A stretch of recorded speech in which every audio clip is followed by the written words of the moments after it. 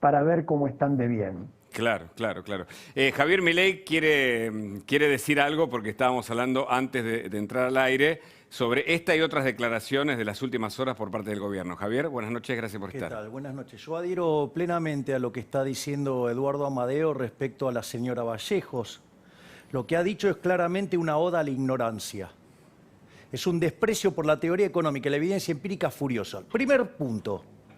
La pregunta ¿es una maldición exportar alimentos? Ahora, ¿y si no los tuviera, no los tendría que comprar al precio internacional? Vamos, Vallejos. 0-1 estás. Ahora vamos a la cuestión empírica.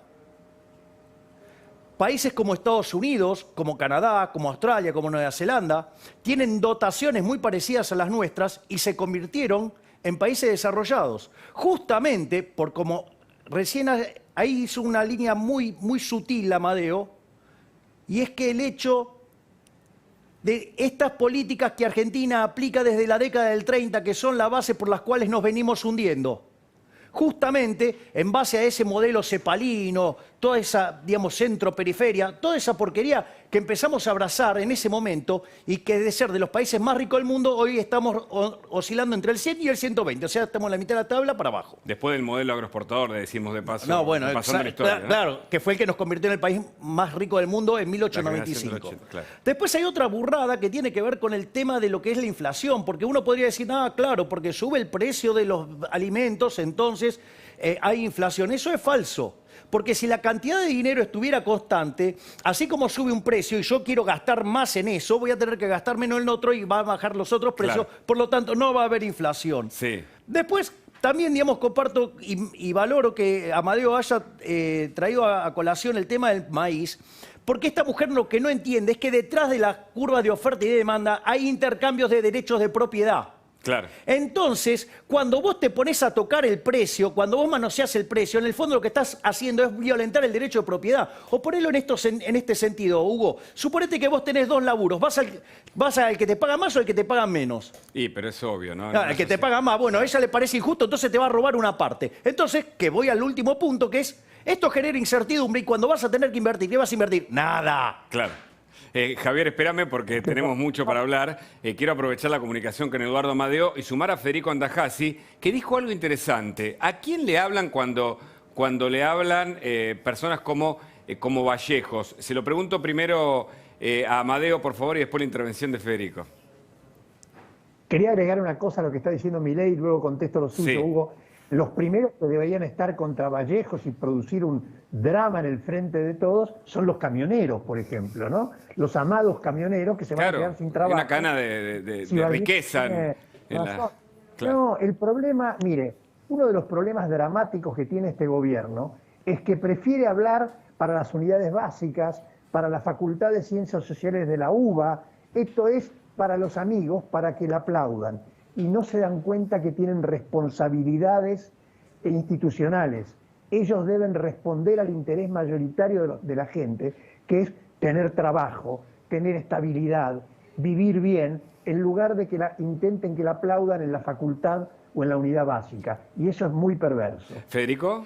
Sí, hablan tanto para sí mismos y para su propia tribu, que en realidad terminan hablándose encima, porque esto que hemos visto hoy, ellos suponen, digamos, que los únicos espectadores son los propios, y esto trasciende la frontera, digo, de la propia tribu, y sucede esto, que hacen estos papelones constantes, permanentes, pero lo grave no es que le pase a Vallejo, lo grave es que esto le pasa al presidente. Claro. Todo el tiempo estas son las contradicciones del presidente. ¿Por qué? Porque le habla a los propios, y cuando se da cuenta, digo, que eso trascendió la frontera, y que lo que está diciendo no tiene ningún sustento, bueno, después tiene que desdecirse una y otra y otra vez. Ahora bien, la pregunta a Amadeo, a Javier, es ¿cuáles son las consecuencias de decir cualquier cosa? ¿No? Porque esto tampoco es gratuito, esto lo escucha, así como lo escuchamos nosotros, también lo escucha el mundo. Sí. ¿Amadeo? El tema es que todos los que producimos o los que tenemos un empleo, todos los que trabajamos, nos levantamos cada mañana con una enorme incertidumbre sobre el futuro. Por eso las encuestas lo demuestran, hablan de desesperanza, de miedo a perder el trabajo. Hoy día la sociedad argentina está dominada por el miedo. Sí. Y entonces Estas cosas como la de Vallejo y compañía, lo que hacen es achican el futuro, hacen que el señor que tiene una pequeña pyme o un restaurante o un kiosco diga, yo con estos locos no invierto nada. Claro. No voy a cambiarle al kiosco, no voy a cambiar el torno, no me voy a comprar un tractor. ¿Y sabe lo que quiere decir eso? Menos empleo, menos riqueza. Por eso yo decía que esto es perverso, Claro. porque con tal de que le aplaudan a Vallejo en la unidad básica, lo que hace es que la gente que nos está mirando ahora y que tiene tanto miedo al futuro, sienta que no va a tener futuro. Amadeo, con un poquito de suspicacia, lo advierto. ¿No puede ser que también en este aspecto, como cuando se habla de salud o de educación, haya algún llamado a desviar la atención sobre los grandes problemas que hoy tiene la Argentina? Probablemente, es muy complicado saberlo, porque también tiene que ver con la gran hermana, Cristina, que nos mira todo el tiempo. La gran hermana. Y por lo tanto, y bueno, yo lo viví en el Congreso. Yo cuando los oía hablar en el Congreso, miraba las cámaras que hay en el Congreso y sentía que la gran hermana los estaba mirando todo el tiempo. Ahora, de vuelta, no salen a la calle. La Argentina tiene que ocuparse hoy día de 3 problemas: educación, salud y empleo. Obviamente cuando digo empleo digo inversión, cuando digo educación digo clases, cuando digo salud digo vacunas. Estos son los temas que un buen político en los que un buen político tiene que usar su tiempo y su energía, y que es lo que angustian a la gente, en lugar, insisto, de quedar bien con el propio grupo, Claro. o de quedar bien con Cristina. Pero justamente le pregunto, porque sobre las vacunas hubo idas y vueltas. Uno no puede suponer que Carla Bisotti dice una cosa que era para los suyos y finalmente es una declaración pública sobre reducir las dosis a la mitad o en todo caso dar una aplicación de la Sputnik. Después es contradecida. Lo mismo en otros terrenos. En el terreno educativo, Nicolás Trota dice: vuelven las clases y resulta que en la práctica los gremios parece que no lo están aprobando. Es decir, hay como ensayos todo el tiempo de declaraciones que llaman la atención. Quiero hacer un comentario sobre el tema de las vacunas que me parece de una infinita perversidad. Yo estoy convencido, y lo podría afirmar, que el tema de las vacunas tiene detrás una raíz ideológica. Yo estoy seguro que las Vallejos, las Cristina Kirchner, las Máximo Kirchner, dicen: nosotros no vamos a comprar vacunas imperiales, no vamos a comprar vacunas hechas en Estados Unidos, en Inglaterra, vamos a comprar vacunas hechas en países de izquierda. Y así estamos con uno de los menores niveles de vacunación del mundo y además llegamos tarde, pero ellos están cómodos, no se han entregado a los Estados Unidos, y esto lo que va a producir es no solamente menos salud, más muertes, sino peor economía, porque a lo que estábamos conversando recién se suma que si la pandemia sigue va a haber menos producción y menos empleo. Yo lo firmo y me hago cargo de lo que estoy diciendo. Javier, ¿es así? ¿Coincidís con Amadeo que va a haber menos empleo, menos producción, Sí, que la economía va a decrecer este año? definitivamente, digamos, no, el tema hay que tener cuidado con el decrecimiento porque como vamos a comparar contra un año muy malo, el número puede dar bien, pero solamente por una cuestión de rebote gato muerto, o sea, porque estoy comparando contra algo muy malo. O sea, no es una, digamos, o sea, a ver, estuve a toda la Liga de los Monstruos, me queda solo Frankenstein, bueno. La Liga de los Monstruos. Claro. Ahora, pero comparto el razonamiento de Amadeo como perspectiva de largo plazo de este tipo de cosas, porque aparte fíjate, Hugo, que cada vez que tiran estos globos de ensayo, entonces si pasa, pasa, y si no, pero después vuelve. Esto ya lo han hecho varias veces y termina pasando. Tarde o temprano estas cosas terminan llegando.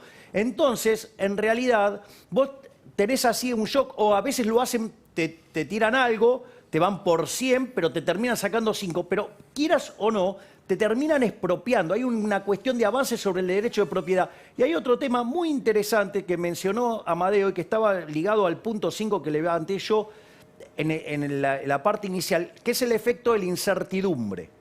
Cuando vos tenés incertidumbre, la incertidumbre es peor que el riesgo, porque vos el riesgo lo podés manejar, la incertidumbre no. Y eso se manifiesta en que las tasas de descuento para un proyecto se vuelven estratosféricas, y por eso estuvo muy bueno eso que dijo: se te achica el futuro. Es decir, no podés proyectar de largo plazo. Y si no vas a proyectar de largo plazo, no vas a tener una inversión robusta. Y cuando no tenés inversión robusta, no se incrementa el capital, no se incrementa la productividad, los salarios se destruyen y obviamente que después los alimentos te terminan siendo más caros. Pero no porque sean caros los alimentos, sino porque nosotros en realidad somos un país que venimos decreciendo permanentemente. ¿Y la comunicación del Banco Central? ¿Yo? Sí. Es una aberración. Es una cargada, es una estafa, es una ofensa al intelecto. Es decir, es un panfleto escrito para tratar de explicar muy mal técnicamente que los precios vienen determinados por los costos. Yo le voy a contar algo, o sea, Eduardo lo sabe porque es economista, pero este problema la economía lo resolvió en 1871 con un economista que se llamaba Karl Menger, que escribió un libro que se llama Principio de Economía Política, y algo que se llama ley de imputación, principio de imputación, que es que no son los costos los que determinan los precios, sino que son los precios los que determinan los costos. Y voy a explicar por qué. Suponete lo siguiente, Hugo, yo llego a una sociedad, descubro que no hay vino. Entonces, ¿qué hago? Me consigo la uva, la botella, digamos, el corcho, las etiquetas, y como además voy a tener monopolio, le cargo un bruto margen. Es una sociedad de abstemios. ¿Me pueden decir qué hago con la botella? Tu risa dice que acaba de subir el precio de la vaselina. No. Está lleno de metáforas, Javier Milei. Aprovecho, Eduardo Amadeo, que como dijo Javier, es economista y tiene una mirada sobre las medidas. Bueno, el gobierno dio marcha atrás sobre las restricciones en las exportaciones de maíz, pero ¿es suficiente, Amadeo? Bueno, es una buena noticia. Esto demuestra también que no miran los números. De vuelta, como era muy importante políticamente pasar el mensaje de Vallejo, decir, los productores se están llenando de plata, se están guardando el maíz, no le están entregando el maíz a los productores de pollos, etcétera, etcétera, etcétera, entonces vamos por todo y le sacamos el maíz. Y después cuando se pusieron, prohibimos la exportación de maíz. Cuando se dieron cuenta que sobraba maíz, esto es que en los silos hay más maíz del que necesitamos, empezaron a dar vuelta. Y yo le digo, muchachos, Basterra, la verdad que Basterra es un tipo macanudo, hemos sido amigos en la Cámara a pesar de nuestras diferencias políticas e ideológicas, pero no se puede hacer política para la tribuna, no se pueden tomar estas decisiones delirantes que fueron aplaudidas por Grabois. Nada que sea aplaudido por Grabois es bueno. Entonces lo aplaudió Grabois, muy bien, etcétera. Y gracias a que Grabois lo aplaudió, después tuvieron que dar marcha atrás porque era un desastre. Entonces, de vuelta, le pedimos al gobierno que sean profesionales, que piensen en el futuro, que piensen en la inversión, porque su principal obligación es crear trabajo, y por este camino lo están destruyendo. Milei, y es un vamos viendo, muchos señalan, y te lo quiero preguntar a Amadeo, también Federico tiene otra pregunta, ¿es un vamos viendo la política económica de este gobierno, por lo que acaba de decir Amadeo respecto al retroceso de la política del campo del actual gobierno? Yo no creo que sea un vamos viendo, y esto no tiene por qué estar en conflicto con lo que está diciendo Amadeo. A ver. Porque para mí este gobierno tiene un plan. El plan es el plan del Foro de San Pablo. Y cuando uno mira las etapas del Foro de San Pablo, digamos, a ver, ¿quién es el que cumplió las 3 etapas? Venezuela, ¿no? Que de ser un país rico, digamos, en los últimos 6 años le cayó 70% del PBI, 4.000% de inflación, 96% de Ni que hablar de las cuestiones políticas, ¿no? Claro. De la dictadura. Bueno. Sí. 80% de indigentes y además un régimen criminal, asesino, que este gobierno actual lo banca. Pero, digo, al margen de esas cosas, pero eso también es parte de la idea del Foro de San Pablo, porque a los propios se les permite todos y a los ajenos nada. O sea, digamos, eso es una cosa muy... Entonces, a ver, Venezuela entró en la última etapa, pero Argentina está en la etapa 2, que es mucho de plata, digamos, para el cambio cultural, la batalla cultural, y la otra mitad, digamos, de la agenda tiene que ver con aplicar restricciones, ir vulnerando los derechos de propiedad, y eso termina generando mal funcionamiento del sistema económico que después deriva en cada vez mayores dosis de intervención, y eso es lo que después conduce a las economías al socialismo y después las empobrece. Porque recordemos que cuando uno alertaba este tipo de cuestiones en Venezuela, ¿qué decían en Venezuela? Nosotros no somos Cuba. ¿Y nosotros qué estamos diciendo? Nosotros no somos Venezuela. ¿Chile qué dice? Nosotros no somos Argentina. Claro. Ojo. Es decir, una autocracia, algo así de el vamos por todo, pasado a la lógica política de un gobierno que quiere la suma del poder y controla desde el Estado todo, la economía y el resto de... Igual a mí, para lo que tiene que ver con el Frente de Chorros, prefiero decir cleptocracia. Bueno. Amadeo. No, comparto absolutamente con Milei y comparto también que vamos en camino a Venezuela. Sí. Yo digo, esta declaración en sus diversas maneras, pero digo, fíjense lo que está pasando. Estamos empezando a ver fuertemente un proceso de migración, de hartazgo de la gente, de bajar los brazos frente a estos tipos, perdón, a este gobierno. En Venezuela esto tuvo características enormes, pero en la Argentina la falta de futuro y la desesperanza se está convirtiendo ya en un tema de todos los días. Segundo, se quieren quedar con todas las instituciones, desde las instituciones más elementales como las que controlan el voto, por ejemplo, el Tribunal Electoral, este juez Ramos Padilla, etcétera. Obviamente ahora quieren quedarse con el Poder Judicial y si ganan las elecciones se van a quedar con los tres poderes y por lo tanto van a poder dibujar todo a su gusto.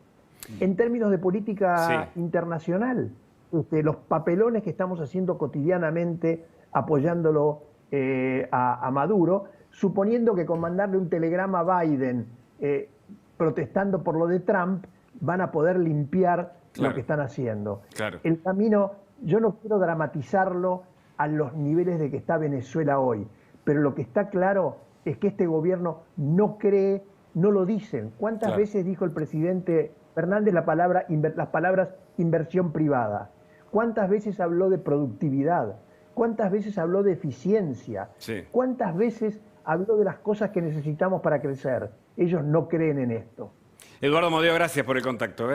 Interesante hablar con usted. Gracias, siempre. buenas noches a todos. Buenas noches. Y Federico, la idea de no tener una clara política justamente en lo exterior con Venezuela, parece que tampoco le resulta porque ni siquiera el régimen venezolano apoya a Alberto Fernández, que mandó una comitiva para apoyar a Maduro. Es muy curioso, Hugo, lo que señalás, porque efectivamente todos los esfuerzos que hace el gobierno de Alberto Fernández para congraciarse con Venezuela, que de hecho salió la Argentina a apoyar esas falsas elecciones que hubo hace poco tiempo en Venezuela, no fueron suficientes y de hecho todos los voceros, los principales protagonistas de la dictadura venezolana, Diosdado Cabello, los que lo secundan, no hacen más que humillar una y otra vez al propio Alberto Fernández. Y es curioso, pues lo más interesante del asunto es cómo el propio Fernández hace de cuenta que estas declaraciones no existen, no dice una sola palabra al respecto. Pero además esto de ir por derecha y por izquierda, en todo caso, no termina de ser claros en lo político, ¿no? Y por supuesto Javier Milei, que además cree que si la economía va rumbo a Venezuela, obviamente es para mayor control estatal. ¿Es así, Javier? Sí, efectivamente, así es, Hugo.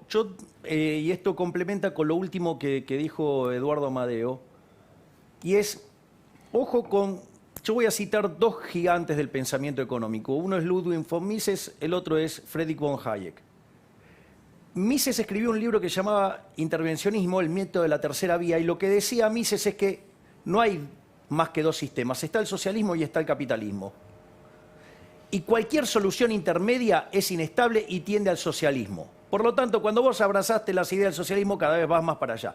Y eso también puede ser explicado también en un libro de Hayek, maravilloso, que se llama Camino de Servidumbre, que muestra que cuando vos intervenís en un mercado, porque cuando vos haces un intercambio, que estás haciendo intercambios de derecho de propiedad y son voluntarios, y eso conduce a la mejora de las dos partes, cuando vos te metés a intervenir en eso, ¿qué pasa? Genera daño a las dos partes. Y al darse esa situación, genera un resultado peor que el que tenías originalmente. Entonces, ¿qué pasa? Demanda más intervención.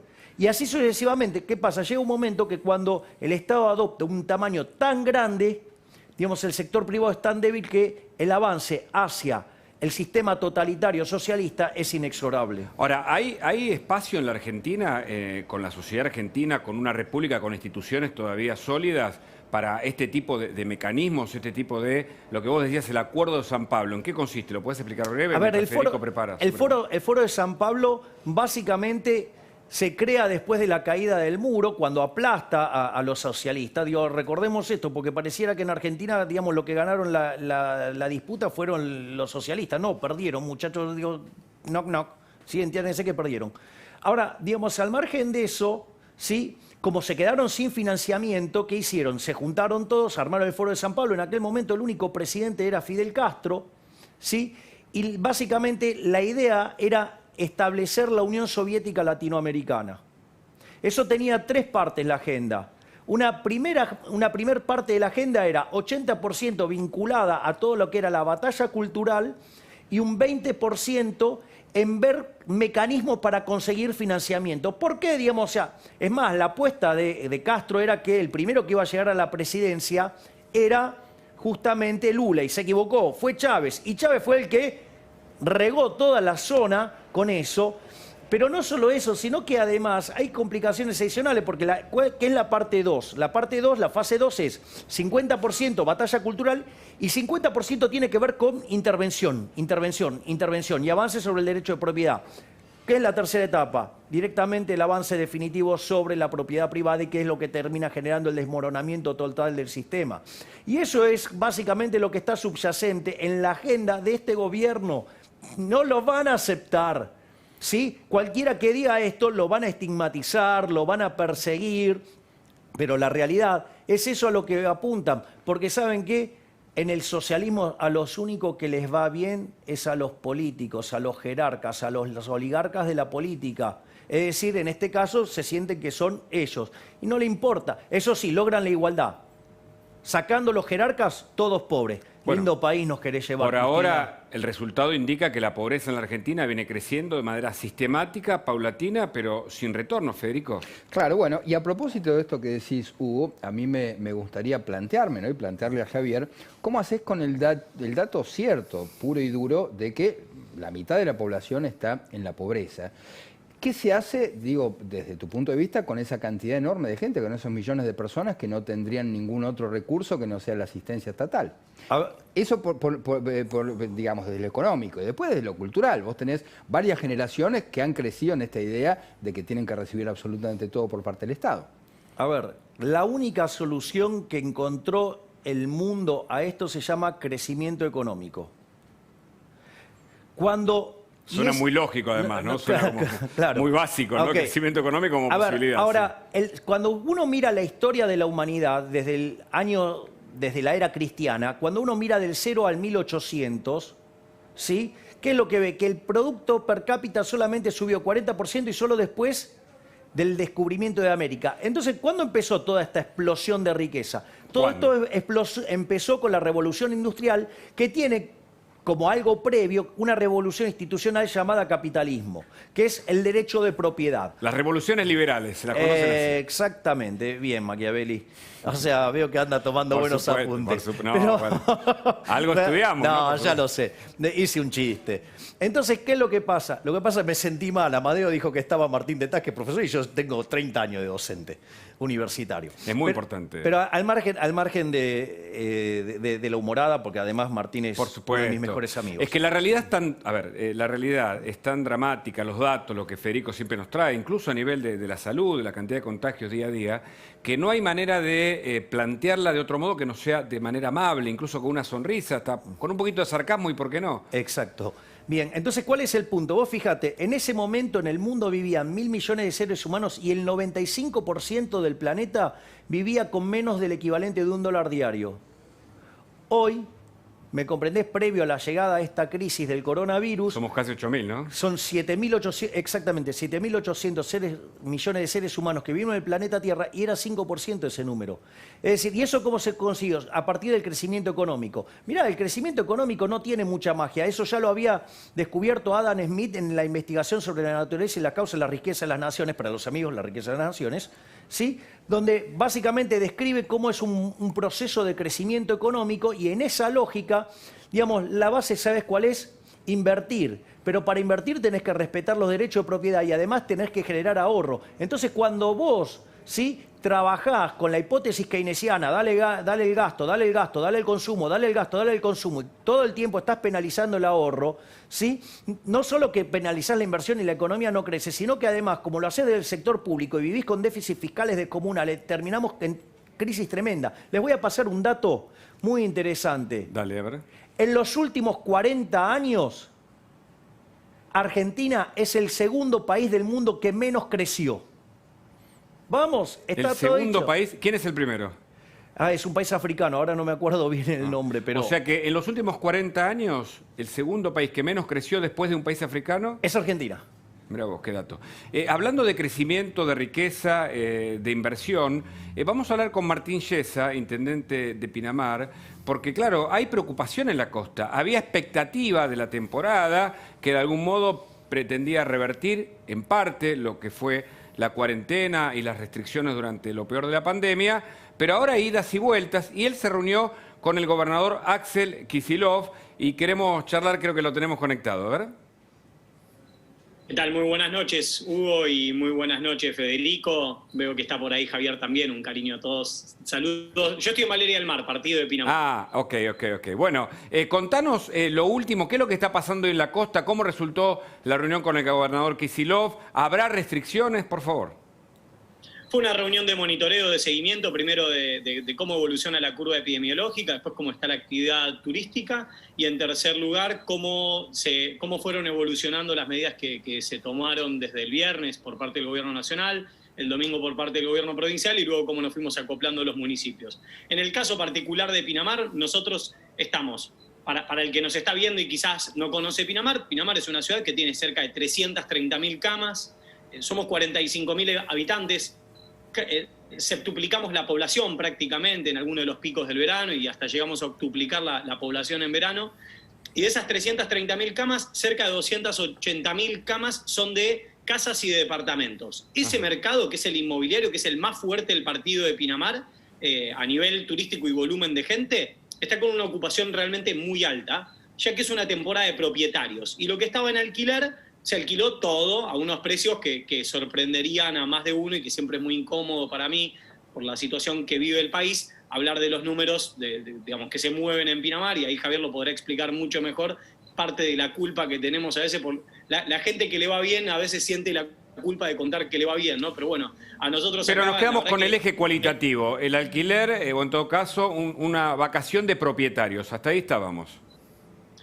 Sí, y a eso se le suma que todo lo que es alquileres va bien, digamos, funciona realmente bien, digamos, vuela y con niveles muy altos. Después lo que es hotelería, tenés dos grandes segmentos. Por un lado, lo que es la gama alta, Cariló o Pinamar Norte, está con índices de ocupación del 85, del 90%, fundamentalmente los fines de semana, y en la semana baja al 75%. Y lo que es la hotelería de 1, 2 y 3 estrellas baja mucho en la semana, está en un 30% de ocupación, y apenas llega al 50% los fines de semana. Es decir, dos segmentos muy marcados, diferentes, que entendemos, a ver, más allá de la situación del coronavirus, creo que es una radiografía de cuál es la situación económica en la Argentina. Que tenemos un segmento de la Argentina con ahorro en dólares, capacidad en dólares, que realmente está teniendo unas vacaciones baratas, digamos, para el que tiene ingresos en dólares, y para el que tiene ingresos en pesos son vacaciones mucho más difíciles que el año pasado.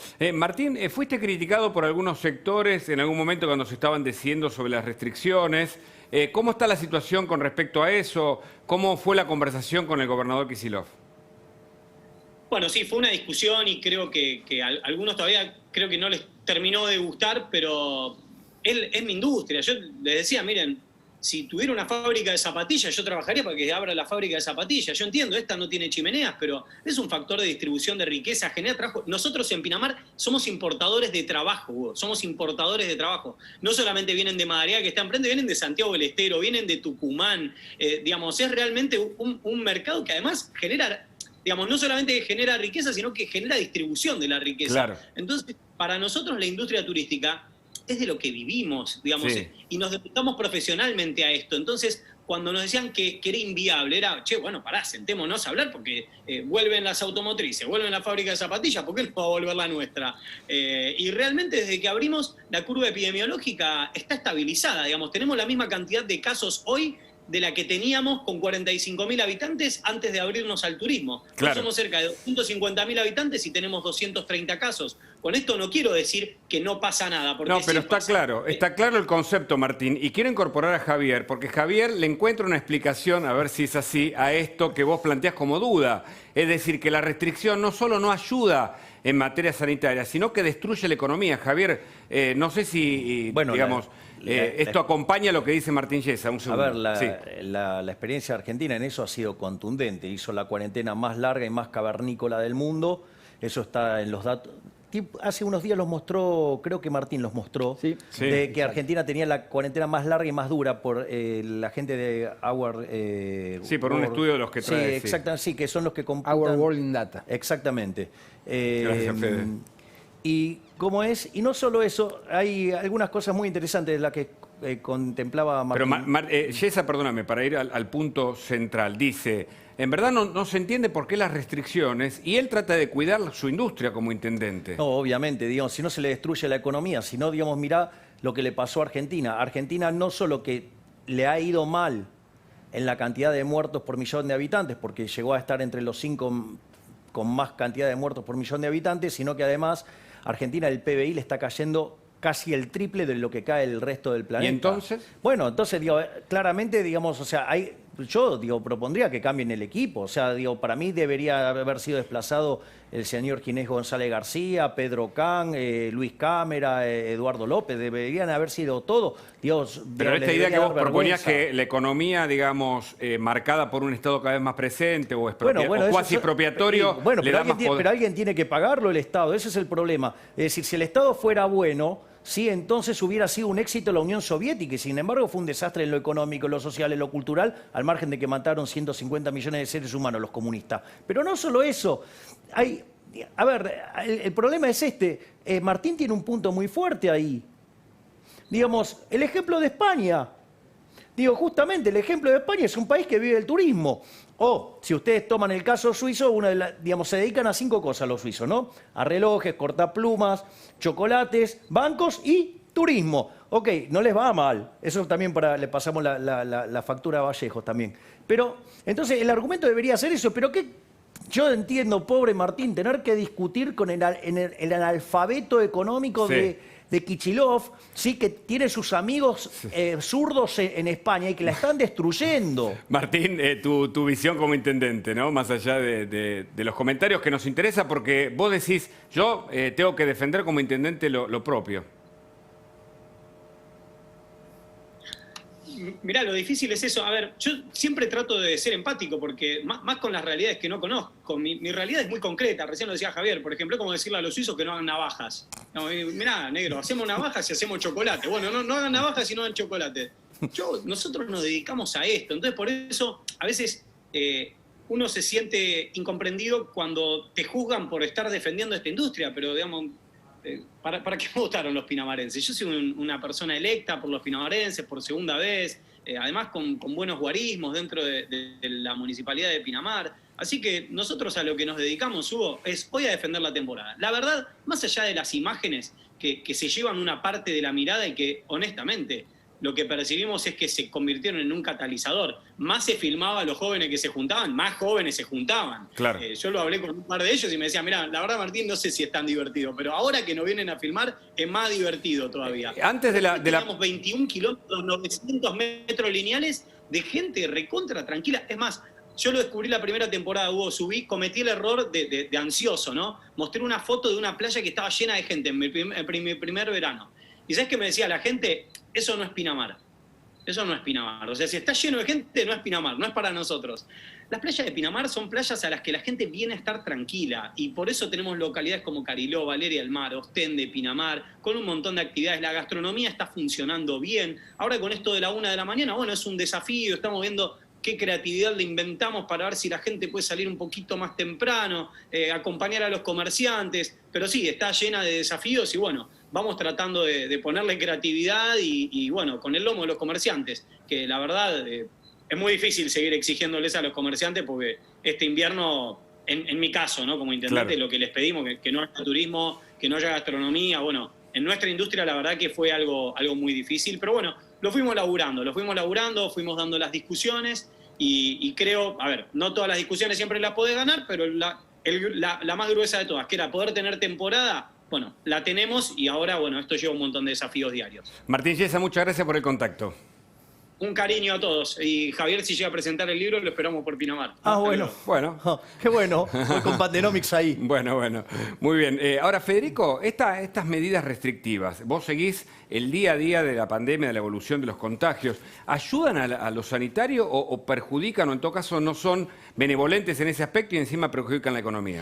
Mira, claramente lo que no ayuda para nada son las contradicciones, ¿no? Porque por una parte, vos...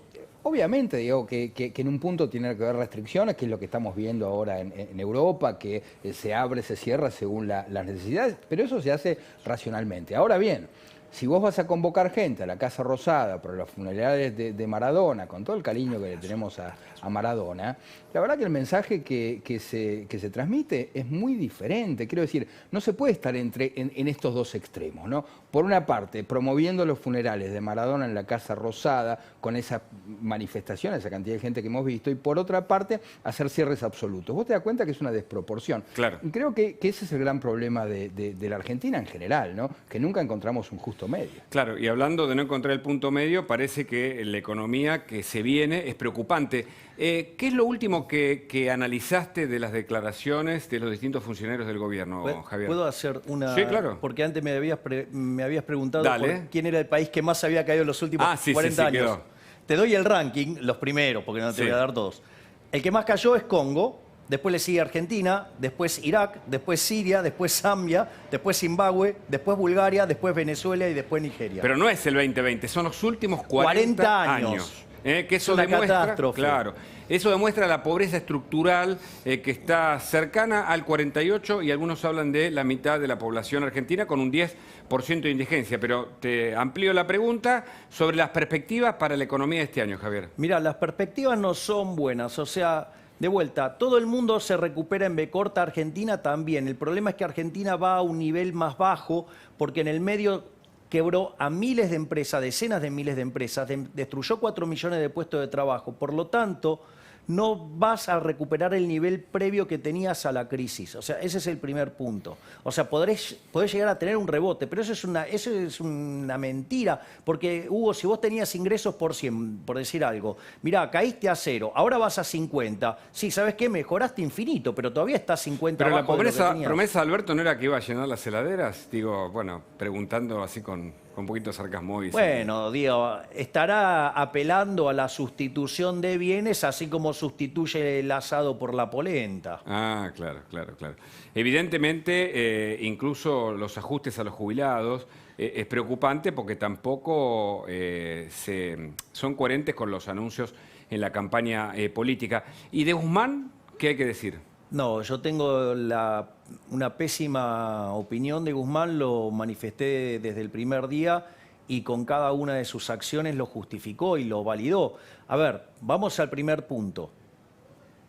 Para reestructurar la deuda tardó casi 9 meses para pagarle lo que los acreedores querían. Para hacerlo de esa manera lo podría haber hecho en 15 días. Eso no es que lo digo yo, lo dijo el propio Prat Guy, que nos terminó sacando del default al inicio del gobierno de Macri. Por lo tanto, o sea, quiere decir que se podría haber hecho mejor. O sea, y lo dice alguien que lo hizo, no alguien que no lo hizo. Ese es el primer punto. Porque además nos sacó del default. Esto era solamente reestructurar, era bastante más fácil. Ese es el primer punto, tardó 9 meses. Segundo punto, me parece un inmoral. O sea, porque cuando él asumió, dijo, no va a haber ajuste. Y después mandó un paquete impositivo por el equivalente de 2 puntos del PBI. ¿Y cuál es el problema? El problema es que cuando le dijeron, pero usted dijo que no iba a haber ajuste, dijo, no lo va a haber, el gasto público no se toca. Es decir, que en el fondo, además, es socio de una corporación política chorra, parasitaria, inútil, expropiadora, ¿sí? Donde el avance del Estado, es decir, cuando vos te avanza el Estado, menos libertad tenés. Es decir, a ver, más Estado es más impuesto, quiere decir menos plata para vos. O sea, entonces en el fondo...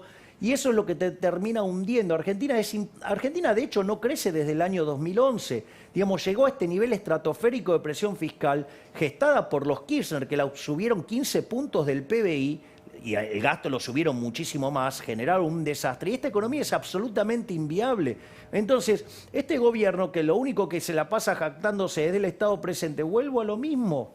¿Qué quieren? ¿Llevarnos de vuelta a la Unión Soviética? ¿No les alcanza con el ejemplo de Venezuela? ¿No que, digamos, van a estar siempre mirando para otro lado cuando van a Cuba? ¿O ignoran lo que pasa en Corea del Norte? Pero muchachos, vamos.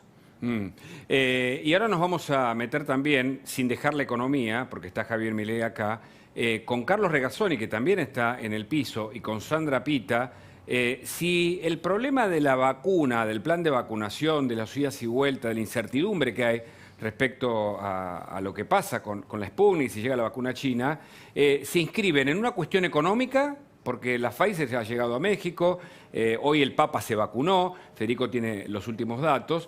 Se vacunó con Pfizer, ¿eh? Con Pfizer, Sí. se vacunó con Pfizer en el ¿Cómo? Vaticano. ¿El Papa comunista no lo hizo con la Sputnik? Se vacunó Bueno. con Pfizer. Por eso, si es un problema económico, si es un problema ideológico, ¿cuáles son los últimos datos, Federico? Hoy, de nuevo, me parece que tenemos un récord de contagios, casi estamos cerca de 45.000, si no me equivoco. Sí, 44.938 Decesos. contagios y hubo, esos los decesos totales, decesos, sí. hubo 12.725 nuevos contagios y hay 135 muertos. Son números altos, Sí, son sí, números sí. altos.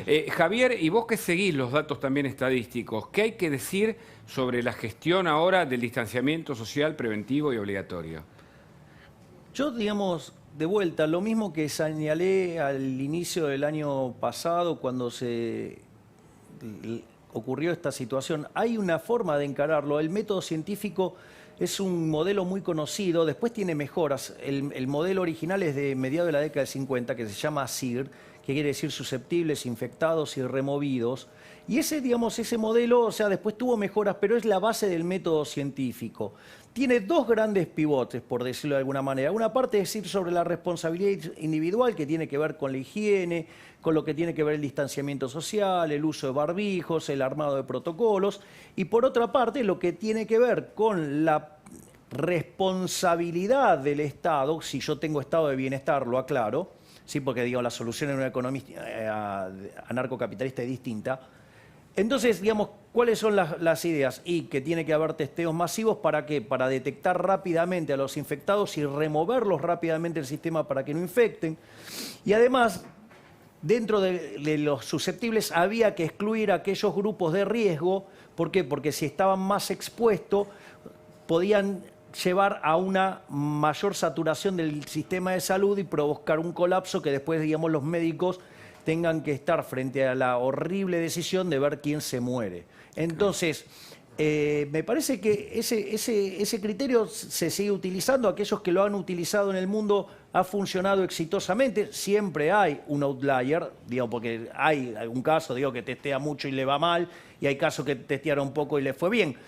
Pero, digo, a ver, Japón, pero tiene una cultura de la conducta individual de cómo De enfrenta. distancia. Claro, exactamente. Sí, sí, no, aparte, sí. digamos, destornuda uno y ya están todos con el barbijo. Pero, o sea, pero además, es permitime, costumbre. porque la perspectiva, la historia nos va a ayudar a tener más claridad sobre cómo Argentina se comportó en salud pública, que es uno de los bastiones de las estructuras junto con la educación que nos ha caracterizado en América Latina, cómo se comportó frente a la pandemia. Los datos van a ser muy testigos de este análisis, y también la gestión de la cuarentena y también la cuestión de la vacunación. Y está con nosotros Carlos Regazzoni, y su primera mirada sobre la Sputnik, el plan de vacunación. Creo que hay 90.000 hoy formalmente vacunados en la Argentina, pero solo con la primera dosis. ¿Alcanza? Bueno, lamentablemente Argentina está vacunando, supongamos, 50.000, aplicando 50.000 dosis por semana. Tiene que aplicar en total 70 millones de dosis, lo que da 18 años de vacunación al ritmo actual. Entonces, por supuesto que esto tiene dos razones. Una es la falta de provisión de vacuna, y el otro es indudablemente una dificultad logística, que la han tenido la están teniendo muchos países y otros no. Nosotros tenemos que urgentemente cambiar la logística en primera instancia, porque ni siquiera al ritmo que vamos a poder agotar lo que ya se precompró, los 22 millones de Sputnik, o los 25 millones de Sputnik y los 22 millones de la de AstraZeneca. Ahora, entre paréntesis, ¿usted sabe cuánto se pagó por cada dosis? No, hay precios internacionales de referencia que son $20 las 2 dosis. De todas maneras, cualquier dinero que se pague hoy va a ser barato para la vacuna porque el daño que hay por no vacunar es enorme. Claro, pero usted habla de la logística, está muy bien, y la pregunta de Federico, con quien hablamos de los negocios que hay detrás seguramente de este tema, es si la logística para la aplicación es necesaria, pero primero es necesaria la vacuna, entiendo. Y todavía ahora entendemos que mañana sale un avión, otro avión a buscar la segunda parte de la primera dosis. La información que del gobierno, hay cambios, es un poco errática, con lo cual yo no voy a usar eso. Claro. Voy a usar la información que da el observatorio que creó la Universidad de Duke específicamente para controlar los contratos de vacunas en todo el mundo. ¿Y entonces? Argentina tiene dos contratos de precompra. Uno con AstraZeneca, 22 millones de dosis, y otro con Sputnik, 25 millones de dosis. Eso alcanza para vacunar, hay que descartar un 15% de pérdidas que se dan habitualmente por logística, por problemas de frío y demás. Eso alcanza para vacunar durante el 2021 a la mitad de la población que hay que vacunar. Es decir, Argentina, con vacuna, en el 2021, en el hipotético caso que pueda aplicar 47 millones de dosis, solamente va a haber solucionado la mitad del problema de la circulación viral. ¿Y eso es inmunidad para la población argentina? Claro, acá estaríamos hablando de 2 dosis. Eso no es inmunidad de rebaño. O sea, ya sabemos que en el 2021 inmunidad colectiva para el país no va a haber. Ya eso está Con lo descartado. cual, el país, a menos que se consigan 45 millones de dosis Eso más. implica que vamos a tener que convivir una vez más con la pandemia y en todo caso cuidar lo económico, me imagino, Javier, porque digo, si tenemos que convivir con esto, las medidas restrictivas evidentemente no tienen el acuerdo político y la gente ya no da más. ¿Cómo se hace para compatibilizar ambas cosas? Bueno, a ver, uno de los planteos que originalmente uno hizo sobre esto y el motivo del nombre de la cuarentena cavernícola es, suponete lo siguiente, Hugo, el hombre de las cavernas está ahí, digamos, o sea, le queda un poquito de alimento y ya ve que se le está acabando. Es cierto que afuera hay unos bichos enormes, horribles y que probablemente... Hoy es el día de los ejemplos, Javier. Digamos, hoy estoy muy alegórico. Sí. ¿Este viene con vaselina también o no? Te gustó, el del vino. Entonces, a ver, ¿cuál es el punto? Pero no me voy a decir que no es bueno para explicar teoría. Está muy bien. No, los ejemplos siempre son pedagógicamente de lo mejor, sobre todo para que la gente pueda estar de manera amigable. Claro, entonces, ¿cuál es el punto? El punto es el siguiente. Vos, por más que haya unos bichos enormes afuera... En el hombre de la caverna. Y claro, vas a tener que salir porque si no, digamos, tenés una muerte segura del otro lado. Entonces, digo, vos en algún momento, vas a tener que salir, vas a tener que evaluar riesgo. Entonces, por eso es tan importante la parte del modelo que tiene que ver con la responsabilidad individual. Porque esto, digamos, seguramente Carlos lo puede decir. O sea, vos no vas a cambiar, digamos, cómo contagia, pero sí podés bajar la probabilidad de contagio. Claro. ¿Carlos? Y eso, la clave es cómo removés gente, ya sea por las vacunas y por cómo vos lográs el concepto de inmunidad de rebaño, es que cuando vos ya achicaste tanto el número de susceptibles, no generás tantos infectados, entonces el ritmo de los removidos te hace caer la evolución de la epidemia. ¿Coincide con esto, Carlos? En los modelos determinísticos es como dice Milei, pero esta enfermedad no sigue el curso clásico del modelo de CIR, que es determinístico. No, eso está claro, Carlos. Sino que es un modelo más bien estocástico. Entonces pasémoslo limpio, por claro, favor. Pueden volver limpio. algunos, por ejemplo, digamos... Claro. Esta pandemia se caracteriza por la enorme incertidumbre que causa en el sistema. Nadie previó en Inglaterra que ahora iban a estar creciendo 10 veces más rápido de lo que hace 2 meses porque apareció un nuevo mutante. Lo mismo le está pasando a Alemania. Yo le voy a decir 2 cosas. Vamos a hablar de la Argentina porque en abstracto es muy difícil. Por supuesto. Convivir con el virus es imposible. ¿Ah, sí? Quítenselo de la cabeza. Ningún ser humano va a poder convivir, ninguna comunidad va a poder convivir con este virus, porque de hecho ninguno lo hizo. En un año de cuarentena, una de las cosas de pandemia, uno de los hechos que quedó claro es que ninguna sociedad puede convivir con el virus. De hecho, se apela a los remedios a veces más inadmisibles para uno, como puede ser un cierre. En este momento Alemania bajó 75% de la circulación en todos los rubros. Claro, pero perdón, hago un paréntesis. Lo que pasa es que Alemania aplicó restricciones momentáneas. Europa no ahora manejó... una versión de 2 meses. claro. No, pero no quiero entrar en eso. Lo que quiero decir es lo siguiente. Convivir con el virus es imposible, porque el virus lo que hace es duplica el riesgo instantáneo de morir anual a cada grupo etario. Entonces nosotros tendríamos 40.000 muertes en menores de 45 años si la pandemia quedase desatada. No hay país que haya quedado donde la pandemia se ha corrido desatada, porque además hay fenómenos urbanos y demás. Ahora, es inadmisible, no lo puedo soportar. Y además porque usted tiene una piedra de toque al final del camino, que es el sistema de salud, que es el gran, un poco lo que hablaba recién Milei, el tema del dilema de la última cama, del último respirador. Entonces, la convivencia es imposible si no los países lo hubieran hecho. Claro. O sea, además, convivir con el virus y esperar las muertes es mucho más ruinoso económicamente que cualquier medida previa. A Argentina se le están acabando los cartuchos. Lo que está ocurriendo en la costa está generando... En esta epidemia hay un fenómeno de aceleradores. Es decir, cuando el riesgo de la comunidad se termina apareciendo el riesgo del lugar donde está más acelerado, porque es contagiosa. Entonces, lo que está pasando en las playas es catastrófico para la epidemia.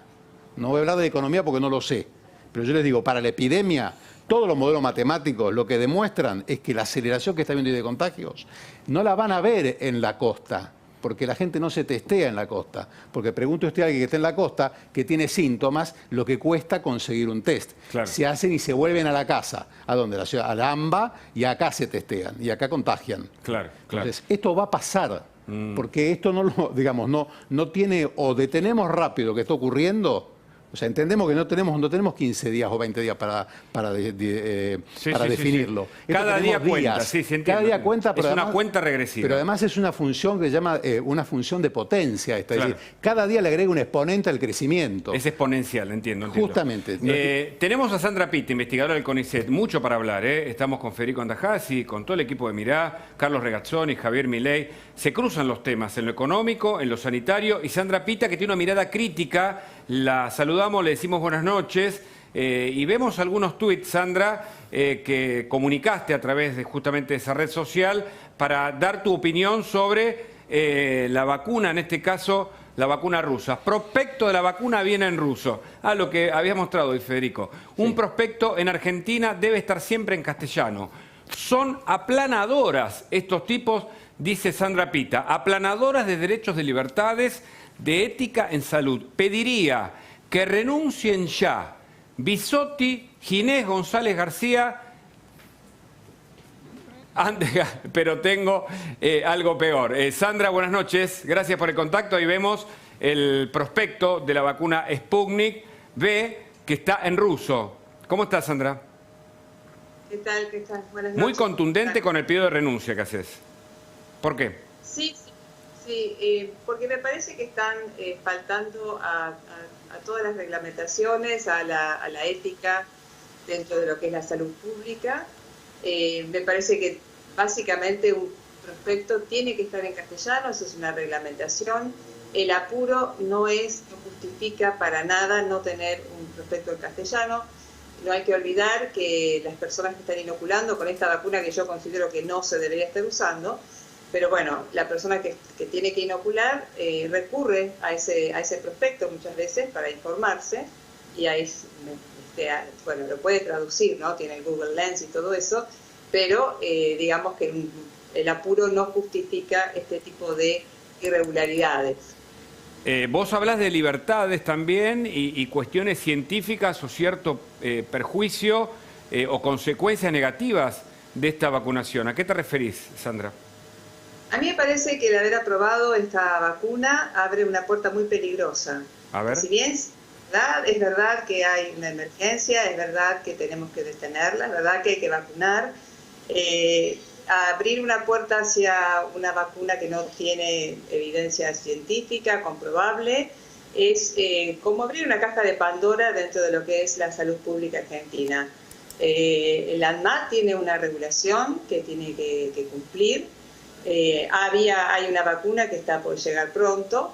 Ningún país, incluso en el peor momento de Estados Unidos, cuando había realmente un crecimiento exponencial, se quiso presionar a Trump quiso presionar a la FDA para que aprobara rápidamente, inclusive por motivos electorales también, por supuesto, rápidamente una vacuna con estos mismos argumentos. Tenemos que salir de esta situación.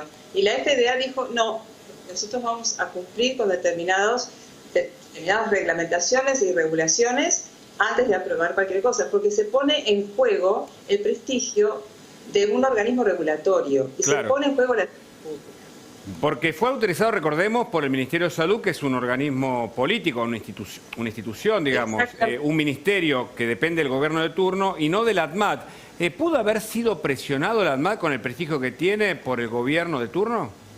¿Sandra? Yo creo que sí, yo creo que inclusive me parece que los funcionarios del ADMAT que no hicieron la autorización, se preservaron bastante, ¿no? Hay algunos ahí que yo conozco y que jamás aprobarían una cosa así.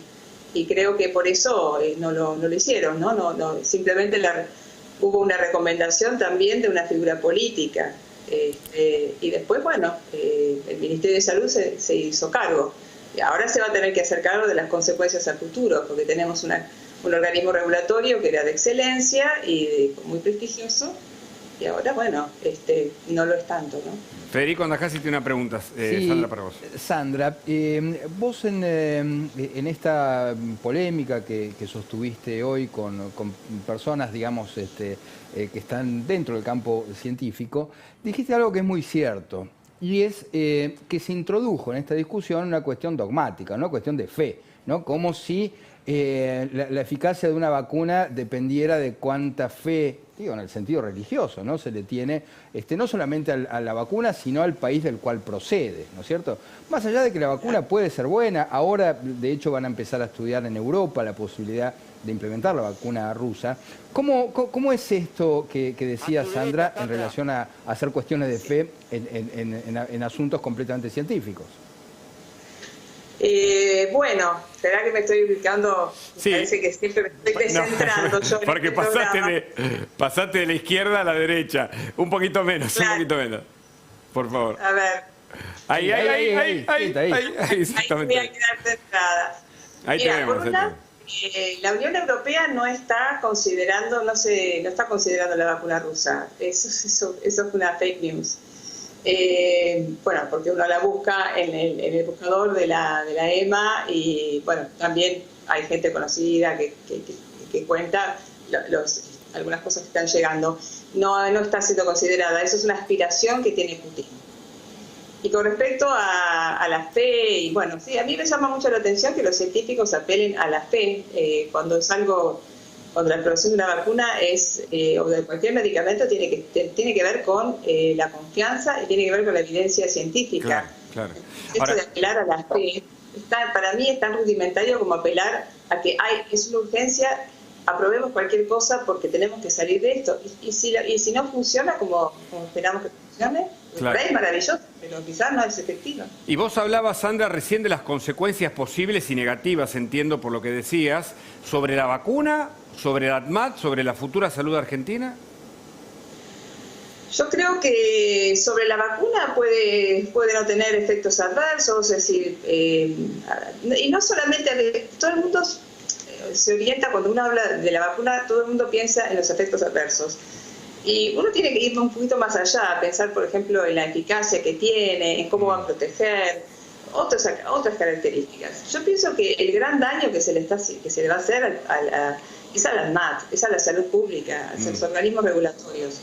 Creo que de eso no se vuelve. Inclusive de militar una vacuna de este tipo, siendo un científico y estando en el área de la inmunología o de la farmacia o de la medicina, yo creo que no se vuelve.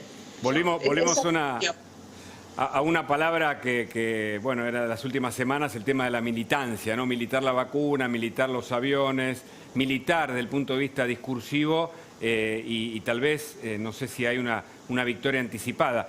Suma al doctor Regazzoni para la mirada a propósito justamente de la Sputnik. No, digamos, las críticas sobre el Sputnik las hice en su momento y son las que hay. Uno lo que no tiene es información. Ahora bien, cuando uno tiene que tomar una decisión prudencial, tampoco la heparina intravenosa cristalina para el tratamiento del tromboembolismo de pulmón se empezó a usar sin trabajo de investigación prospectivo, doble ciego, randomizado, o el oxígeno medicinal. Nadie nunca comparó el uso de la mascarilla contra el no uso de la mascarilla. La medicina está repleta de ejemplos en los cuales la experiencia, la empiria, ha dado información que a juicio prudencial del médico ha tenido que sobrepasar la oncología, por ejemplo, ni hablar. La mitad de los medicamentos oncológicos viejos nunca habían sido probados con un estudio prospectivo doble ciego. Lo que no quita que coincido en que el procedimiento fue patético. Fue patético. Pero, y hay que recalcarlo 200 millones de veces, Argentina no tiene otra vacuna. Y no es que no tiene otra vacuna porque no la puede comprar, por una cuestión ideológica, porque está peleado con los americanos. Eso no existe. No tiene otra vacuna porque Pfizer vendió la totalidad de su producción 3 veces hace 6 meses atrás. Y ya se sabe de hace 4 meses atrás, y si no lo pueden consultar en este observatorio de la Universidad de Duke, que no hay vacuna disponible para el 95% para el 90% de la gente del planeta Tierra. Está claro. O sea, hay una crisis en este momento con la producción de vacuna. Entonces, todos los países, inclusive los europeos, van a aplicar a las vacunas que haya utilizando un criterio un poco más laxo. La FDA, para aprobar la vacuna de Oxford y la de Moderna, pero no es que relajó sus controles, los recontra relajó. La vacuna de Moderna de Pfizer aumentan 10 veces la incidencia de shock anafiláctico. Hay que dar la segunda terapia intensiva al lado. O sea, no es que estamos hablando de algo, estamos hablando de una situación límite. En una situación límite uno tiene que tomar decisiones utilizando siempre los criterios estrictos que la doctora expresa y que son el lugar común de la ciencia. Sí. Pero entendiendo la situación en la que nos encontramos. Llegará el momento, que en lo personal yo creo que no es ahora, porque lo peor que podemos estar haciendo ahora es dándole el parche a la grieta, porque Argentina va a terminar destruida con esto. O sea, entendamos que estamos ante un cambio de era. Lo que está pasando con la pandemia no es chiste. O sea, es un tema realmente serio. Muy Sandra, serio. tu última apreciación, Entonces, por favor. o cambiamos la forma en que vamos a analizar esto, y cuando llegue el momento de rendir cuentas, que va a llegar, porque en algún momento vamos a mirar para atrás, como se hizo a final de este año, decir, mamá, momento, Argentina tuvo la cuarentena más larga del mundo, estuvo entre los 10 países con muertes por millón más alto, más elevado del mundo, y es el país que más días de clase perdió en el planeta. Entonces nadie me puede decir que esto fue hecho correctamente. Además de que después veremos las causas de ello. Además está entre los peores de América Latina. Pero con por lo cual eso ni estamos siquiera el contexto social pero uno admite eso, lo que no tiene que ver ahora con que la gente debe vacunarse con la Sputnik, para y Paruski, porque no hay otra. Y cada día de vacunación que se está perdiendo, y lo dije al principio, es letal para la Argentina. Muere gente, no hay tiempo. O sea, yo entiendo que hay que salvar el ANMAT, como que no lo voy a creer, pero no hay tiempo, no hay más tiempo. O sea, se superó, a ver si lo puedo decir de otra manera. La curva, lo que está pasando, lo que uno ve es el iceberg. Okay. Yo esos los 13.000 casos que vi hoy, es el iceberg, ¿entiende? Los 250 casos de Pinamar, es el iceberg. Permitime. Abajo está lo que se llama densidad de casos, Sí, lo que es brutal lo que está pasando en nuestro país. Qué brutal. Permitime que cierre Sandra, por favor, y seguimos acá con regazones. Sí, Sandra, te escuchamos, con atención. Bueno, me parece que hay que un poquito bajar los decibeles, ¿no? Me parece que sí estamos ante una situación muy crítica. Creo que los ejemplos que dio el doctor tienen más que ver con usos compasivos y con drug repurposing, que es otra cosa. El tromboembolismo de pulmón, ninguno es compasivo. Pero hablemos de alguno, por favor. Y nada, hay un consenso en la comunidad científica, en la comunidad médica, que un tratamiento sin un ensayo clínico no se puede aplicar. Porque si fuese así, entonces podemos utilizar cualquier cosa y no necesitaríamos organismos de regulación. A mí me parece que sí es importante tener una vacuna. Seguramente los laboratorios van a empezar a aumentar su producción y tenemos en vista también la AstraZeneca, que esa se va a producir acá. Hay una propuesta para producirla acá. Esa va a ser autorizada, ya fue autorizada en Inglaterra. No es cierto que las autorizaciones de la Oxford y de la Moderna sean equivalentes al desastre que se hizo acá con la Sputnik. Y creo que la de AstraZeneca sí se va a volver a producir interesante. Así que, como decía Napoleón, ¿no? Vísteme lento que estoy apurado. Esa es mi conclusión. Gracias, Sandra, por el contacto. Seguimos aquí en Mirá. Se ha puesto, bueno, se ha armado un debate, hay preocupación, por supuesto, por lo que está pasando. Lo que está pasando tiene que ver con la salud de todos nosotros y seguimos, tenemos un rato más de Mirá. Mientras tanto te cuento que los Haroldos son vinos finos con Ángel, los Haroldos Estate, mucho más de lo que esperás.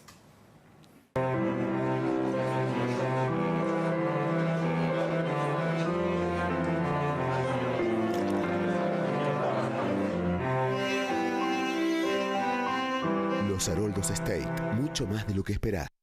Sí, creo que se llama así. Claro, se armó un debate. Es que, en definitiva, todos estamos preocupados por la pandemia, por el coronavirus, por poder vacunarnos. Y es cierto, ayer se explicaba, y Carlos creo que tiene datos también, hay una preocupación por la incertidumbre en la comunicación formal de gente que ahora no se quiere vacunar. Federico, vos querías aportar algo sobre el tema también. Sí, a propósito de esta polémica muy interesante entre el doctor y Sandra Pita, yo quiero aportar una información que a lo mejor acerca posiciones, ¿no? Porque la vacuna Coronavac china, ahora Brasil hizo estudios a fondo con esta vacuna y demostró que está por debajo de las expectativas, que solamente protege en un 50%, no llega al 70% que era lo que se esperaba, con lo cual, bueno, esto también es una mala noticia para el mundo porque sería una vacuna menos, una vacuna, quiero decir, con menos eficacia de la esperada. Claro. Entonces, algo de esto no podría pasar, por ejemplo, con la vacuna rusa. Digo, esta es la vacuna de Sinovac, ¿no? De Coronavac. Mire, le voy a decir algo. Sí. En el mundo real hay un fenómeno de la investigación que se llama el paciente del trial o el paciente del ensayo clínico. Ajá. El paciente del ensayo clínico siempre le va mucho mejor que al paciente real, por un montón de razones. Muy probablemente ninguna vacuna tenga 90% de eficacia. Es difícil que tengan más del 80% de eficacia. Por más que el trabajo de investigación clínica haya dicho que tiene 92, 94, lo que fuere. Porque el paciente del trial es un paciente, de hecho, incluso en los trabajos de investigación, la gente de más edad, que la que más riesgo tiene, tuvo una eficacia mucho menor. Tuvo una eficacia del 80-85%, incluso la de Oxford y la de Moderna. O sea, eso es un hecho que es conocido. Ahora acá, por eso es muy compleja la estrategia que le espera a la Argentina por delante, porque la vacuna no va a erradicar el problema hasta que no sea verdaderamente masiva, para lo cual faltan muchos meses o años. Claro, claro, pero digo, es muy enfático y me gustó la idea de que no hay que batir, como es el parche sobre la grieta, en este tema. Pero también es cierto, y tenemos que decir, de eso trabajamos nosotros como periodistas, la verdad sobre lo que está pasando a nivel mundial. Y parece como que la Argentina llega un poco más tarde que países de la región, Carlos. Incluso la comunicación genera un efecto adverso sobre ahora una población que crece que no se quiere vacunar. Es decir, comparar la Argentina con América Latina, por supuesto que se puede hacer, yo no soy quien para hacerlo, y me parece que en este momento las comparaciones no nos ayudan, porque tenemos que buscar resultados. Si nosotros seguimos con el virus circulando, vamos a tener consecuencias económicas y sociales brutales. O sea, brutales. De hecho, estando Javier, yo no puedo hablar de economía. Lo que va a pasar, lo que está pasando, hoy salió el informe de la CEPAL, que por ahí no es una fuente que guste mucho, habla de 280 millones de pobres en América Latina para el próximo año. La enfermedad causa enfermedad, conflicto y pobreza. No va a funcionar ninguna estrategia para solucionar la pobreza o para solucionar el conflicto si no resolvemos la cuestión de la enfermedad. Y esto uno en medicina lo ve cuando ve un paciente que tiene una enfermedad que lo va a inhabilitar por un año y es el padre de familia. Claro. Primero hay que salvarlo, claro. Si no lo curaste, o sea, tampoco quiero caer en el eslogan de hay que salvar vidas y eso, obviamente, todos queremos salvar vidas. Yo no quiero hacer una cuestión política. No, entiendo el punto médico, científico. Lo que estoy diciendo es, si nosotros queremos una estrategia económica, tiene que estar de la mano de... Cuando yo critiqué la cuarentena eterna, no lo hice con un criterio económico, lo hice con un criterio médico. Dije, muchachos, no va a funcionar más de 2 meses porque la gente no la va a poder cumplir. Claro. Y hay una premisa médica clara que dice ¿Cuál es el mejor tratamiento para un paciente? El mejor tratamiento que el paciente puede soportar. De hecho, después, cuando se liberó, parece que la gente se le abrió la jaula, entre comillas, y salió a la calle, ya que estamos en día de metáfora. Antes se había Esto es lo que liberado. pasó, las fiestas. Antes se había liberado. Antes. Cuando vos analizás la curva argentina, usted piensa que la curva, no soy quien para predecir. Cuando uno hace los cálculos, Argentina va a tener el rebrote a partir del 15 de diciembre. ¿Sabe por qué? Porque la densidad de casos que había acumulado, incluso con los casos en baja, era insoportable. Claro. Argentina fue abriendo naturalmente y por las razones más entendibles que una persona tiene que alimentarse, con una positividad del 25%. Eso significa que tu prevalencia real ya ni sabes cuál es. La incertidumbre es por 5. Totalmente, totalmente. Seguimos en instantes. Javier Milei se habló de pobreza en América Latina y en la Argentina. Tiene una respuesta para hacer. En instantes, aquí mira.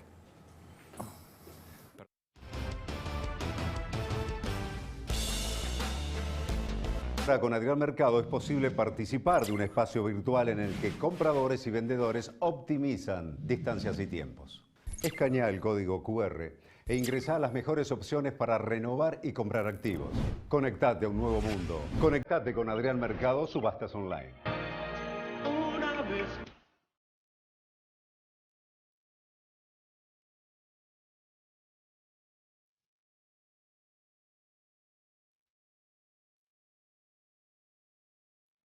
El mismo sentir.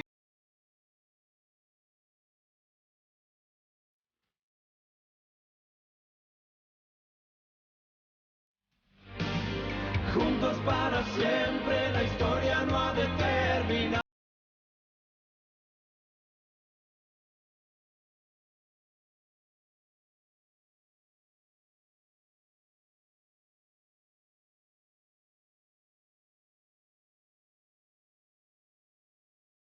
Y aparece en la formación como uno más del equipo, porque sabemos todo lo que te bancaste y queremos reconocértelo.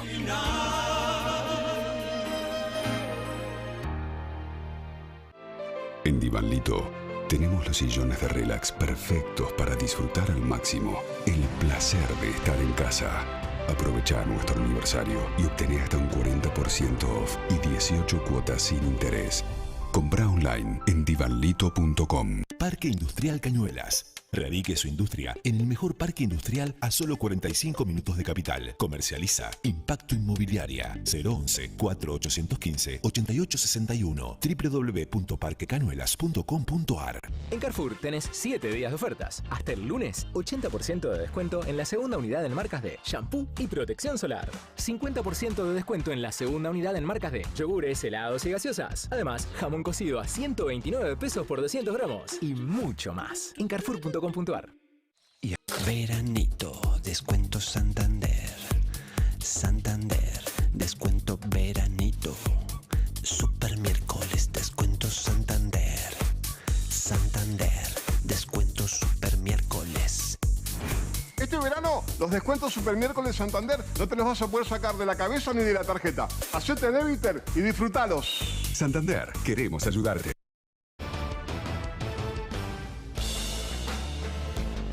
Claro, el problema es la pandemia, el problema del coronavirus, sumado a la economía, sumado a la pobreza. Carlos Regazzoni, quien está con nosotros, dice que la CEPAL indicó 280 millones de pobres en América Latina.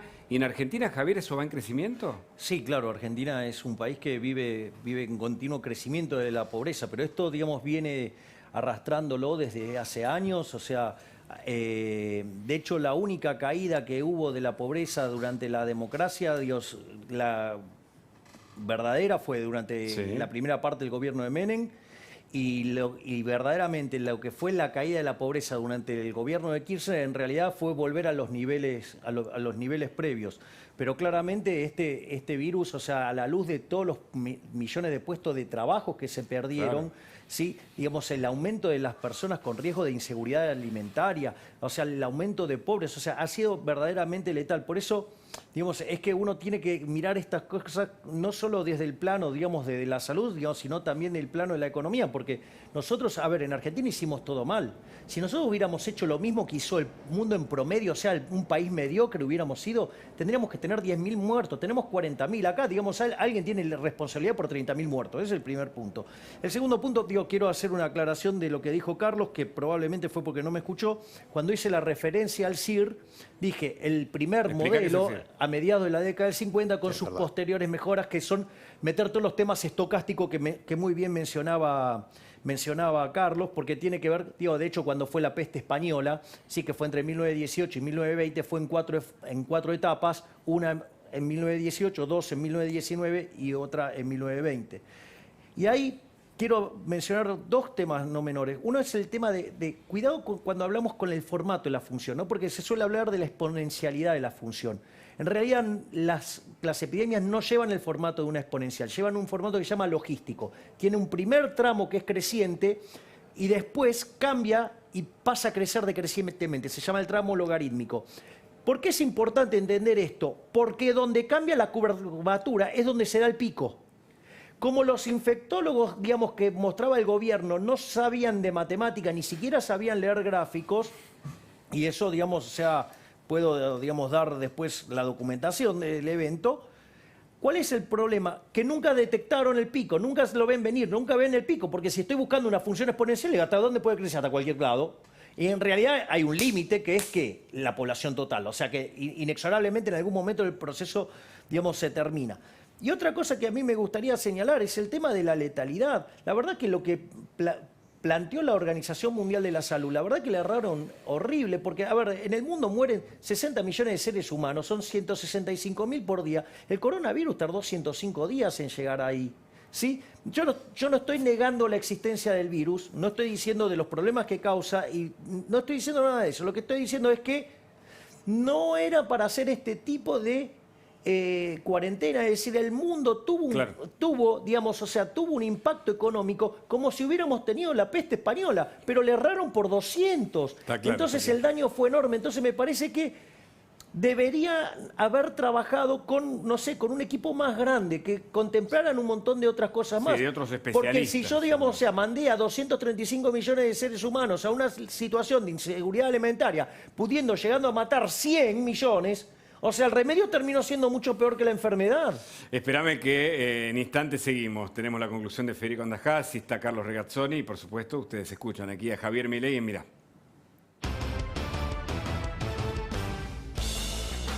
El domingo en Coto, 70% de descuento en la segunda unidad, llevando 2 productos iguales en marcas seleccionadas de galletitas, Sibarita, El Viv, jabón líquido Skip, Baby Safe, cuidado oral, suavizantes para la ropa y en papel higiénico. 3x2 en Eco de los Andes y en jugos en polvo seleccionados. Y 40% de descuento exclusivo de nuestra comunidad en vinos finos, espumantes y champañas. Coto, yo te conozco.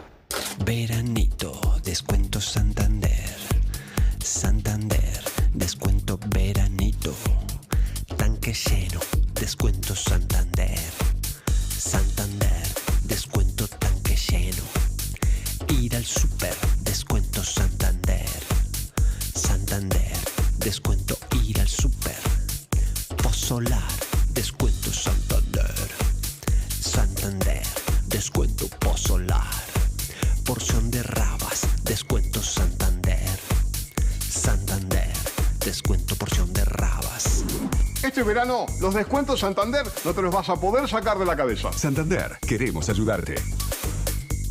El paciente, cuando consume algo frío o algo caliente, siente ese pinchazo en el nervio que es la sensibilidad dental. No hay que ignorarla, porque es una condición que puede empeorar. Sensodine, la marca número 1 recomendada por odontólogos para la sensibilidad dental.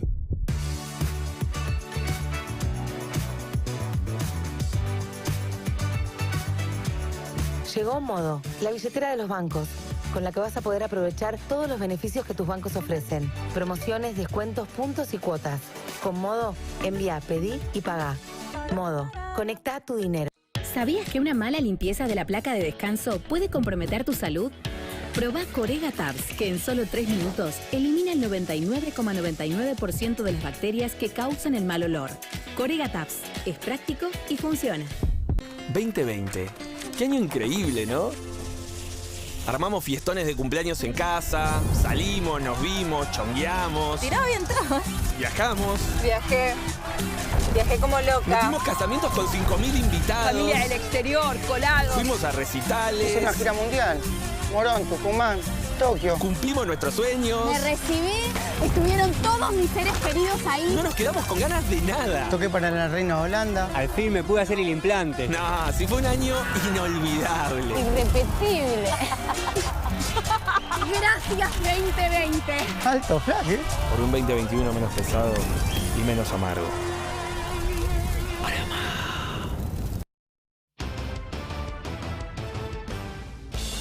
Seguimos en Mirá. ¿Cuál era tu recomendación que le decías al gobierno, Carlos Regazzoni? El gobierno tiene que tomar medidas urgentes, pero parece que cambiar el modo en que se toman las decisiones. Y para ello, urgente que hay que conformar un gabinete de crisis multidisciplinario, profundamente orientado a la logística, con alguien que realmente entienda de cómo mover acciones en terreno. Y eso hay que hacerlo lo antes posible. En instantes, el cierre con Federico Andajasi, también está Javier Milei, todo aquí en Mirá.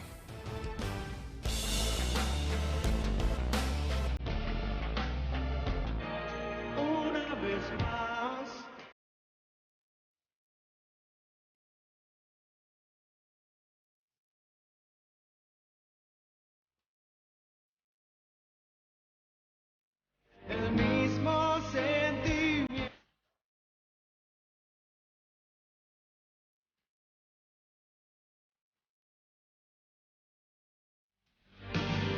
Juntos para siempre, la historia no ha de terminar.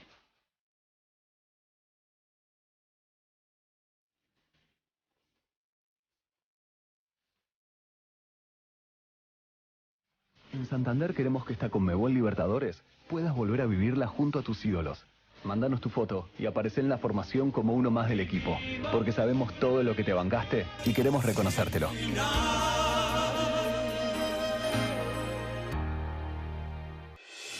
Porque desde 1948 seguimos creciendo a nivel internacional y nos mantenemos a la vanguardia de la tecnología. Porque hace más de 70 años que cuidamos lo que llevamos dentro. En Bertotto Boglione contenemos valor. En Carrefour tenés 7 días de ofertas. Hasta el lunes, 80% de descuento en la segunda unidad en marcas de shampoo y protección solar. 50% de descuento en la segunda unidad en marcas de yogures, helados y gaseosas. Además, jamón cocido a 129 pesos por 200 gramos. Y mucho más. En carrefour.com.ar. ¿Sabías que una mala limpieza de los aparatos de ortodoncia de tu hijo puede comprometer su salud? Probá Corega Tabs, que en solo 3 minutos elimina el 99,99% de las bacterias que causan el mal olor. Corega Tabs es práctico y funciona. 2020. Qué año increíble, ¿no? Armamos fiestones de cumpleaños en casa, salimos, nos vimos, chongueamos. Tiraba bien todo. Viajamos. Viajé como loca. Tuvimos casamientos con 5.000 invitados. Familia del exterior, colados. Fuimos a recitales. Es una gira mundial. Morón, Tucumán, Tokio. Cumplimos nuestros sueños. Me recibí, estuvieron todos mis seres queridos ahí. No nos quedamos con ganas de nada. Toqué para la Reina Holanda. Al fin me pude hacer el implante. No, sí fue un año inolvidable. Irrepetible. Gracias 2020. Alto flash, ¿eh? Por un 2021 menos pesado y menos amargo.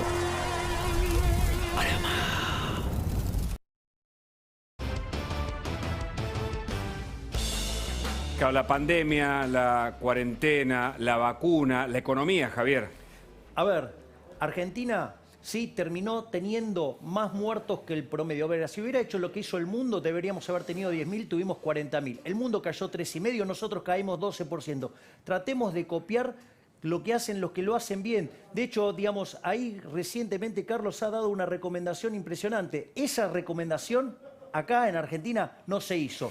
Esperemos que no se vuelvan a equivocar de la misma manera, porque si no van a terminar generando un desastre. Y la preocupación, por supuesto, porque tiene que haber decisiones del gobierno y toda la información que tenés aquí en La Nación Más, quédate, por supuesto, ya llega Carola Gil con lo que el día se llevó. Nosotros con Mirá nos encontramos mañana a las 21. Chao.